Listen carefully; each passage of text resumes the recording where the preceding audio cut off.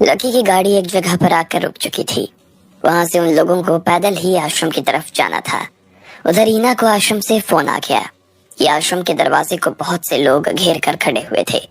रीना गुस्से में उबल रही थी और वो लकी को अपने साथ आश्रम की तरफ ले जा रही थी। लकी ने राधिका को अपने कंधों पर उठा रखा था और वो उसके पीछे पीछे चला जा रहा था।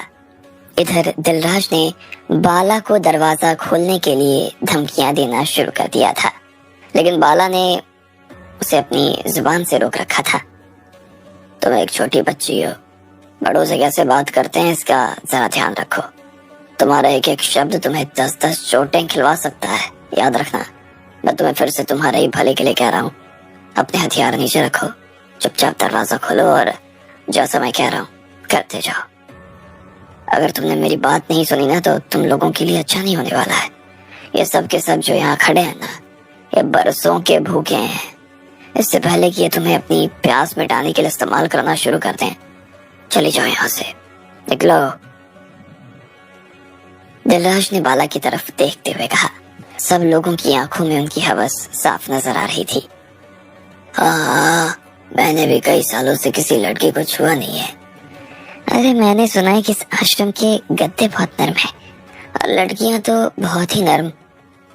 कितनी सर्दी पड़ रही है ना, कोट से भी काम नहीं चल रहा। अब तो किसी की बाहों में जाना ही पड़ेगा। सब लोगों ने उन लड़कियों को देखकर भद्दी टिप्पणियां करनी शुरू कर दी। दिलराज उन सब लोगों की बातों को सुनकर बस हंसता जा रहा था। उन लड़कियों को देखकर उन सब लोगों के मुंह में पानी आ रहा था। वो सभी उन्हें बहुत ही ललचाई नजरों से देख रहे थे और इस वजह से बाला के पीछे खड़ी हुई लड़कियां और भी ज्यादा सहम गई थीं।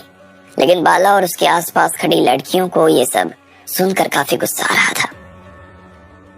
बेशर्मो, तुम्हें बात करने की तमीज नहीं है। ये मत समझ लेना कि हम लड़कियां हैं तो हाथ में चूड़ियां पहन रखी हैं हमने। तुम जैसों से कैसे निपटना है ना, ये हमें अच्छी तरीके से आता है। मुझे तो लगता है कि हमें दरवाजा खोलकर इन्हें अंदर बुलाना चाहिए, मार मार कर इनके दांत तोड़ देने चाहिए। लड़कियों ने उन्हें मुंह तोड़ जवाब देना शुरू कर दिया। सभी लड़कियों को ये बात सही लग रही थी और सभी बाला की हाँ का इंतजार कर रहे थे। अगर बाला उन्हें हाँ कर देती तो वो भी अभी के अभी उन सब की धुलाई करनी शुरू कर देते। लेकिन बाला यहाँ का काम सिर्फ कुछ दिनों के लिए संभाल रही थी। गुरु के गैर मौजूदगी में वो इस तरह के हुक्म नहीं दे सकती थी।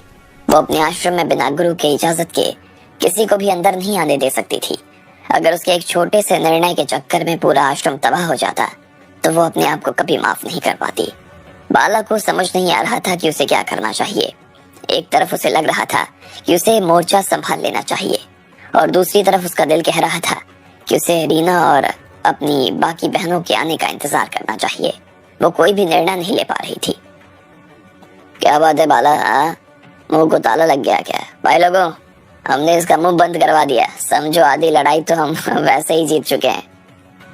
दिलराज ने फिर से हंसते हुए कहा। उसके बाद उसने अपने सहायक को इशारे से आगे बुलाया और उसके कंधे पर हाथ रखते हुए कहने लगा, मैं तुझे एक मौका दे रहा हूँ। तेरे सामने एक से बढ़कर एक लड़कियां खड़ी हैं। बता, तू सबसे पहले इनमें से किस लड़की को हाथ लगाना चाहेगा? चिंता मत कर, तू तुझे छूने से ये भागने वाली नहीं है। तू जितनी देर चाहे ना, जिसे चाहे छू सकता है, उसके साथ में खेल सकता है। अगर तेरे छूने पर इनमें से किसी ने भी बवाल किया ना तो हम सब तेरे पीछे खड़े हैं। अभी के अभी आश्रम में घुस जाएंगे और उसके बाद दिलराज को भी अंदर जाने में थोड़ी सी हिचक हो रही थी। इसके पहले अंदर जाने के चक्कर में वो कई बार मार खा चुका था, इसलिए वो इसके लिए अपने सहायक को इस्तेमाल करना चाहता था। उसने उस आदमी को आगे धक्का दे दिया। वो लड़का भी अपने हाथ मलता और भद्दी हंसी हंसता हुआ उन लड़कियों के पास जाने लगा। वो एक एक करके उन सभी लड़कियों को देख रहा था जो उसके सामने खड़ी थीं। वो लड़कियां भी उसे डराने की मंशा से उसे घूरते हुए देखे जा रही थीं। वो अपनी आंखों से ही उसे दूर रहने की हिदायत दे रही थीं। अगर वो दरवाजे के पास में आकर उन्हें छूने की कोशिश करता तो वो अपनी जान से चला जाता। कोई अपनी जगह से नहीं हिलेगा। इतने में बाला ने चिल्लाते हुए कहा। दिलराज ने कहा था कि अगर कोई भी लड़की ने ना नुकर की तो दिलराज दरवाजा तोड़ देगा। बाला ये सब नहीं होने दे सकती थी। वो किसी भी हाल में दरवाजा नहीं टूटने दे सकती थी। बाला, ऐसे में वो हमारे साथ कुछ भी करना शुरू कर देगा। हम ऐसे कैसे चुप रह सकते हैं? इतने में एक लड़की ने सवाल किया। उसके साथ ही बाकी खड़ी लड़कियों ने भी बाला से यही सवाल करना शुरू कर दिया। उनमें से किसी को भी बाला की बात पसंद नहीं आई, लेकिन उन्हें समझ नहीं आ रहा था कि इस वक्त बाला किस हाल में थी। वो खुद परेशान सी वहां पर खड़ी हुई थी।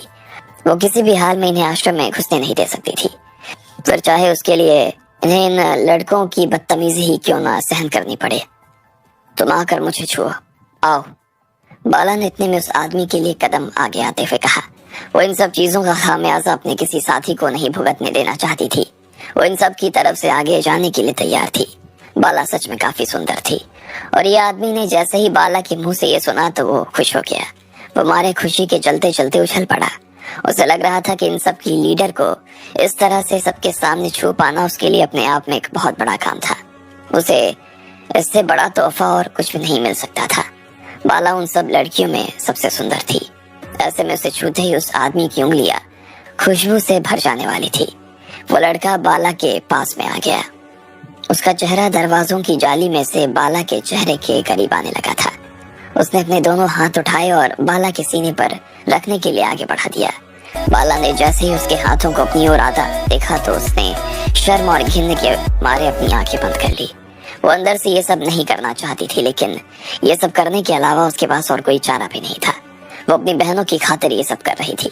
उसने गुस्से में अपनी दोनों मुट्ठियां बांध ली, लेकिन जैसे ही वो आदमी अपने हाथों को उसके सीने पर रखने ही वाला था, इतने में कहीं से हवा का एक झोंका आया और अचानक से उस आदमी के दोनों हाथ कट कर नीचे जमीन पर गिर गए।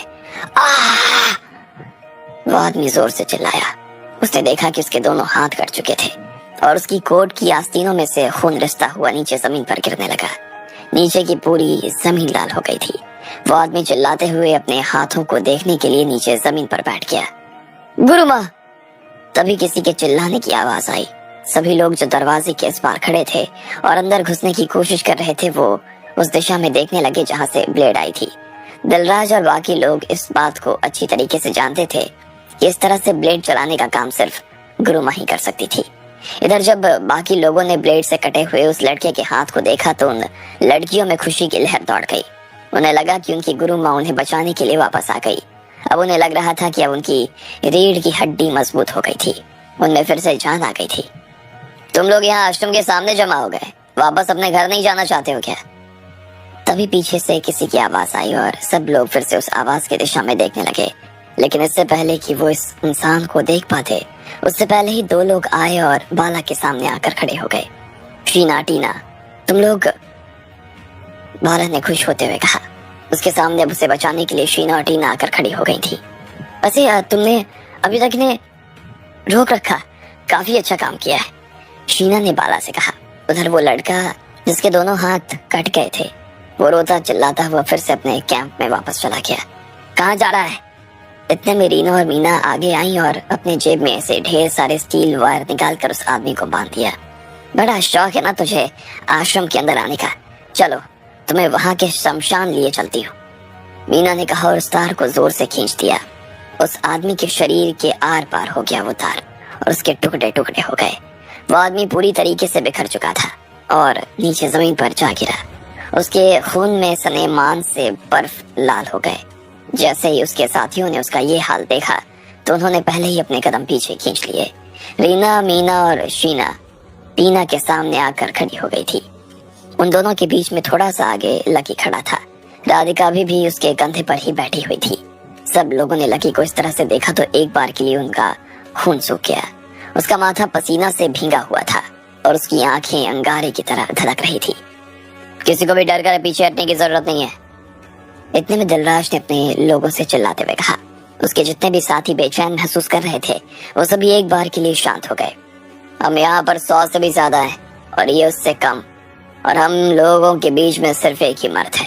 ऐसे में इन्हें चाहो कुछ भी आता हो, लेकिन हमारे सामने ज्यादा देर तक टिक नहीं पाएंगे। हमारा एक आदमी चला गया, कोई बात नहीं, हमें डरने की कोई जरूरत नहीं है। आज हम इस आश्रम में घुसेंगे और आज के बाद हर रात हम यहीं गुजारेंगे। यहाँ का सारा धन, सारा खजाना, यहाँ की सारी लड़कियां हमारी होंगी, सिर्फ हमारी। और अगर किसी को लड़कों का शौक हो तो हमारे पास उसका भी इंतजाम हो गया है। दिलराज ने लकी की तरफ देखते हुए कहा और मुस्कुराने लगा। जैसे ही सब लोगों ने दिलराज की बात सुनी तो उनमें से फिर से वही जोश दिखाई देने लगा जो पहले था। सब लोगों ने दिलराज की जय जयकार करनी शुरू कर दी। दिलराज ने अपना हाथ उठाकर सब लोगों को शांत करवाया और उसके बाद में आगे आते हुए बोला, तो तुम हो रीना मीना जिसके दम पर ये लोग इतना उछल रहे हैं। वैसे तुम्हारी वो गुरु माँ कहाँ है? वो इस बार तुम्हें बचाने के लिए आई नहीं क्या? दिलराज ने पूछा। हमें तुम जैसे नीच लोगों से लड़ने के लिए ना अपनी गुरु माँ को बुलाने की जरूरत नहीं है। तुम्हारे लिए तो मैं अकेला ही काफी हूँ। लकी ने कहा और एक कदम आगे आ गया। उसने अब राधिका को अपने कंधे से नीचे उतार कर अपनी पीठ पर लाद लिया था।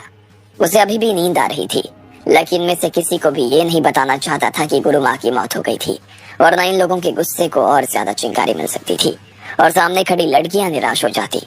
इसलिए वो इस मामले में चुप था। ओ, आपकी तारीफ क्या है भाई? दिलराज ने लकी से पूछा। उसने उसे पहले कभी देखा नहीं था। उसकी नजर में लकी सिर्फ एक कमजोर सा बछड़ा था जिसे वो एक ही बार में खत्म कर सकता था। मैं गुरु माँ का शिष्य हूँ।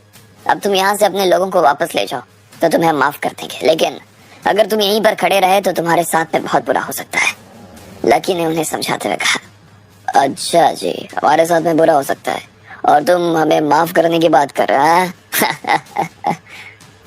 दिलराज ने लकी की बात सुनकर हंसना शुरू कर दिया। अब आगे क्या होने वाला था? क्या लकी दिलराज कितने सारे लोगों से निपट पाएगा और क्या राधिका की इतनी देर तक सांसें चल पाएंगी?